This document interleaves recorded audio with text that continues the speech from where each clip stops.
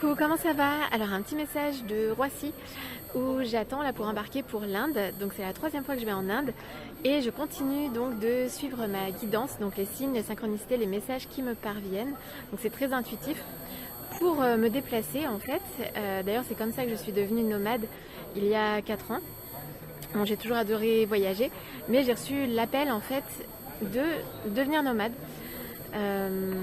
Donc je reçois des messages en fait qui me guident vers des lieux, des rencontres, des expériences de vie.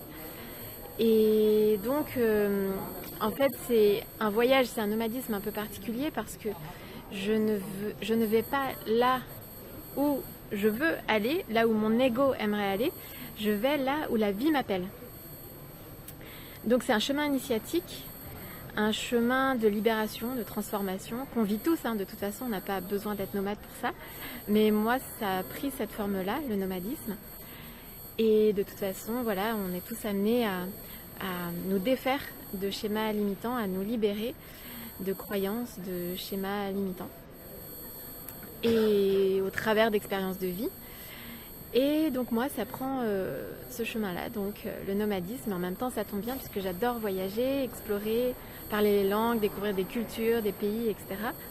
J'ai d'ailleurs fait des études de langue à la base et donc ça me correspond. Donc c'est aussi un appel pour chacun à faire ce qu'on aime, ce qui nous anime, puisque ça nous rend heureux et en même temps on peut contribuer au monde. Donc de mon côté, j'adore aussi la psychologie, le développement personnel, on peut dire le dépouillement personnel aussi, notamment d'ailleurs en étant nomade, je voyage avec très peu de choses.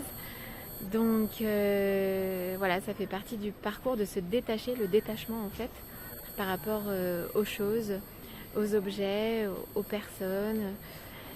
Et voilà. Donc je pense que j'ai perdu le fil de ce que je disais. Voilà, c'est un chemin de conscience en fait, un chemin de conscience et qui nous permet à tous, quoi qu'il en soit, de prendre du recul, de se remettre en question surtout. Et c'est pas facile parce que l'ego n'aime pas trop la remise en question, n'est-ce pas? Mais c'est nécessaire aussi pour ah oui voilà, je disais, pour être plus heureux. Donc c'est ça en fait, se connecter à ce qu'on aime et ça nous rend heureux et on l'offre au monde en même temps, donc on contribue au monde de la meilleure manière que ce soit du coup.